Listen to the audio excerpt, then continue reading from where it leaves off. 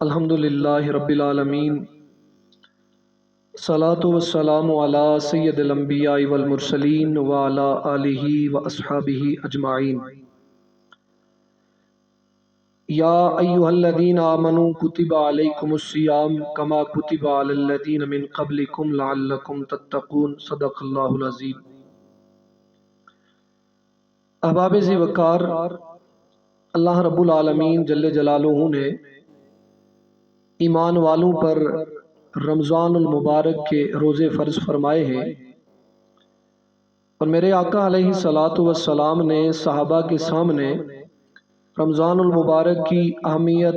فضیلت اور اس رمضان کی شان، مقام اور مرتبے بیان فرمائے، تاکہ صحابہ اکرام اور صبح قیامت تک آنے والے جتنے بھی میرے امتی ہیں ان کی عبادت کے اندر، ذوق کے اندر اضافہ ہو، شوق پیدا ہو۔ تو حضرت سیدنا ابو ہریرہ رضی اللہ تعالیٰ عنہ سے مروی ہے، رسول اکرم نور مجسم صلی اللہ علیہ وسلم نے فرمایا، جب رمضان شروع ہوتا ہے تو خالق کائنات، مالک ارض و سماء جنت کے دروازے کھول دیتا ہے، دوزخ کے دروازے بند کر دیے جاتے ہیں اور شیطان کو قید کر دیا جاتا ہے۔ پھر اسی طرح ابن ماجہ، ابن حبان، حاکم اور بہقی نے انہی سے مذکور الفاظ کے بعد نقل کیا کہ رمضان کی ہر رات ندا دینے والا یہ ندا دیتا ہے، اے خیر بجا لانے والے، اس میں جلدی کر اور اسے شریک در پہ اس سے باز آ جا، کہ ہر رات اللہ تبارک و تعالی دوزخیوں کو آزادی فرما دیتا ہے۔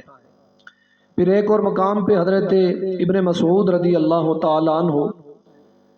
آپ فرماتے ہیں کہ رسول کائنات صلی اللہ علیہ وسلم نے فرمایا کہ رمضان کی ہر رات یہ آواز دی جاتی ہے کوئی معافی مانگنے والا، اسے معاف کر دیا جائے، ہے کوئی دعا کرنے والا، اس کی دعا قبول کی جائے، کوئی ہے ساحل، اسے عطا کیا جائے۔ ہر روز افطار کے وقت 60,000 دوزخی آزاد کیے جاتے ہیں۔ جب عید کا دن آتا ہے تو تمام ماہ آزاد کردہ دوزخیوں کی مقدار کے برابر اللہ رب العالمین افراد کو آزادی دی جاتی ہے اور انہیں جنت میں